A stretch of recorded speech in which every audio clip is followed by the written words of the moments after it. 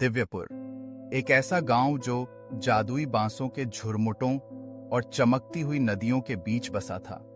हमेशा से ही अपने शांत और सुरम्य वातावरण के लिए जाना जाता रहा है। यहाँ के लोग अपनी सरल और सुखद जिंदगी जीते थे, लेकिन उनके दिलों में एक गहरा सम्मान और श्रद्धा थी टाटसू के प्रति, जो उनके गांव का प्राचीन ड्रैगन था। टाटसू, जिसकी पन्ना सी हरी चमड़ी अब चांदनी की तरह धवल हो चुकी थी, ने सदियों से दिव्यपुर की रक्षा की थी। उसकी दहाड़, जो कभी पहाड़ों को हिला देती थी, अब धीरे धीरे कमजोर हो रही थी, लेकिन उसका प्यार और समर्पण गांव के प्रति अडिग था। समय के साथ टाटसू की शक्ति क्षीण होने लगी। उसके पंख, जो कभी आकाश को चीरते थे, अब भारी हो गए थे, और उसकी अग्निश्वास, जो कभी लोहे को पिघला देती थी, अब एक कमजोर शोला बन गई थी। गांव के लोग उसकी कमजोरी को महसूस कर रहे थे, और उनके दिलों में चिंता की एक लहर दौड़ गई थी। वे जानते थे कि एक भयानक खतरा मंडरा रहा है, और यह खतरा काला नागराज के रूप में प्रकट हुआ। काला नागराज, एक छाया ड्रैगन, जिसकी चमड़ी रात के अंधेरे से भी काली थी और जिसकी आंखें जलते हुए अंगारों की तरह चमकती थीं, एक भयानक प्राणी था। उसकी उपस्थिति का मतलब था विनाश और अराजकता। एक दिन जब गांव का माहौल सामान्य था, एक युवा लड़का, जिसका नाम वीर था, हांफता हुआ गांव के चौक में पहुंचा। उसकी आंखें डर से चौड़ी थीं और उसका चेहरा पसीने से भरा हुआ था। काला नागराज, वह चिल्लाया, वह आ रहा है दिव्यपुर को नष्ट करने के लिए। उसकी आवाज में एक ऐसा भय था जिसे सुनकर सभी लोग चौंक गए। गांव के बुजुर्ग, ऋषि मुनि, जिनकी आंखों में सदियों का ज्ञान झलकता था, ने गंभीरता से कहा, हमें जीवनदायिनी जड़ी बूटियों की खोज करनी होगी, जो जादुई वन अमृत वन में पाई जाती हैं। ये जड़ी बूटियां टाटसू की शक्ति को पुनः स्थापित कर सकती हैं। वीर, जो हमेशा से साहसी और निडर रहा था, ने तुरंत निर्णय लिया कि वह इस यात्रा का नेतृत्व करेगा। उसने गांव के अन्य साहसी लोगों को एकत्र किया और सभी ने अपनी टोकरियों में आशा भरकर अमृत वन के खतरनाक रास्तों पर निकल पड़े।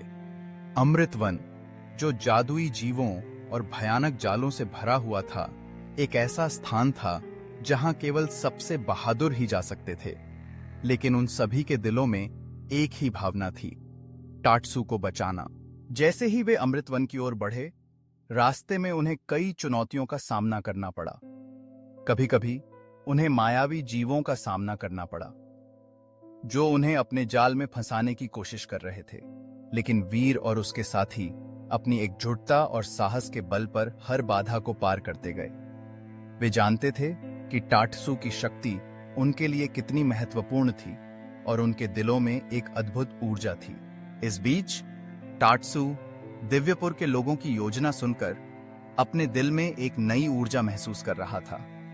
उसने अपनी आंखें बंद की और अपनी पुरानी शक्ति को याद करने की कोशिश की। वह उन दिनों को याद कर रहा था जब वह आकाश में बिजली की तरह चमकता था और उसकी दहाड़ पहाड़ों को हिला देती थी। लेकिन अब उसकी शक्ति कमजोर थी और उसे अपने लोगों की रक्षा करने के लिए कुछ करना था। जब सूरज डूबने लगा, काला नागराज दिव्यपुर के ऊपर मंडराने लगा। उसकी दहाड़ से धरती कांप उठी और उसकी छाया ने गांव को अंधेरे में डुबो दिया। दिव्यपुर के लोग भयभीत होकर अपने घरों में समा गए, लेकिन टाटसू ने अपनी अंतिम शक्ति को इकट्ठा करते हुए खड़ा हो गया। उसने अपने पंख फैलाए और एक गर्जना भरी दहाड़ के साथ काला नागराज का सामना किया। महायुद्ध शुरू हुआ। काला नागराज ने अपनी काली ज्वालाओं से हमला किया और टाटसू ने अपनी कमजोर लेकिन दृढ़ अग्निश्वास से जवाब दिया।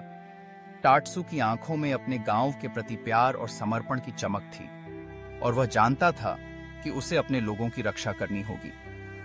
लेकिन उसकी शक्ति कमजोर थी, और वह जानता था कि उसे अपने दोस्तों का इंतजार करना होगा।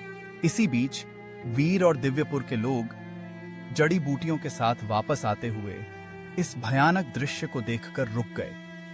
वीर ने अपनी टोकरी से एक चमकीली जड़ी बूटी निकाली और उसे टाटसू की ओर फेंका। जड़ी बूटी ने टाटसू की चमड़ी को छुआ और एक जादुई रोशनी ने उसे घेर लिया।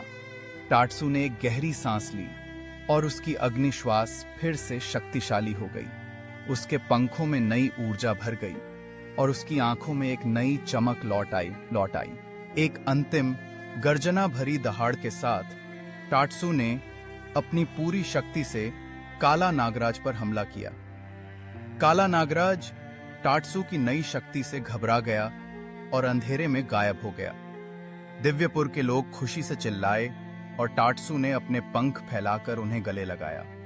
उस दिन से दिव्यपुर और टाटसू की कहानी पीढ़ियों तक सुनाई जाती रही, एक कहानी साहस, बलिदान और अटूट बंधन की।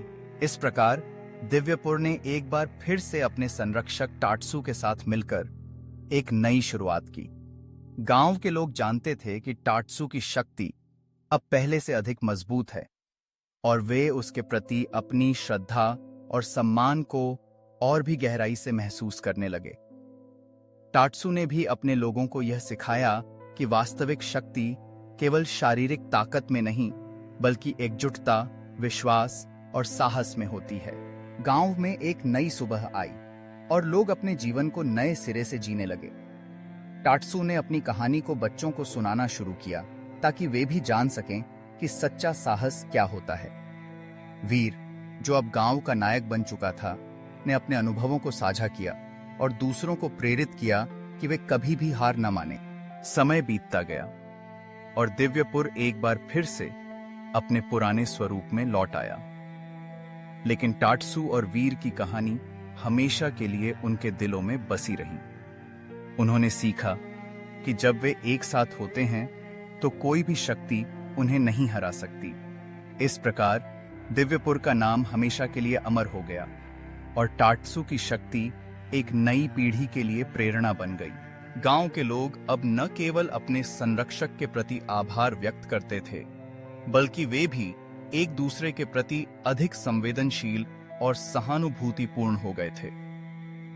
वे जानते थे कि प्रत्येक व्यक्ति का योगदान महत्वपूर्ण है और जब वे एकजुट होते हैं तो वे किसी भी चुनौती का सामना कर सकते हैं। इस प्रकार दिव्यपुर ने न केवल अपने संरक्षक को पुनः स्थापित किया, बल्कि अपने भीतर एक नई ऊर्जा और साहस भी पाया।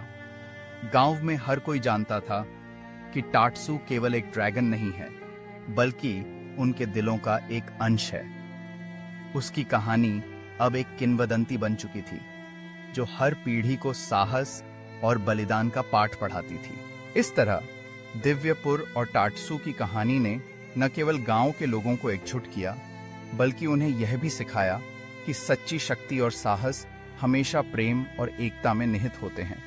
और इसी तरह एक नया अध्याय शुरू हुआ, जिसमें दिव्यपुर ने अपने अतीत को याद करते हुए भविष्य की ओर कदम बढ़ाया।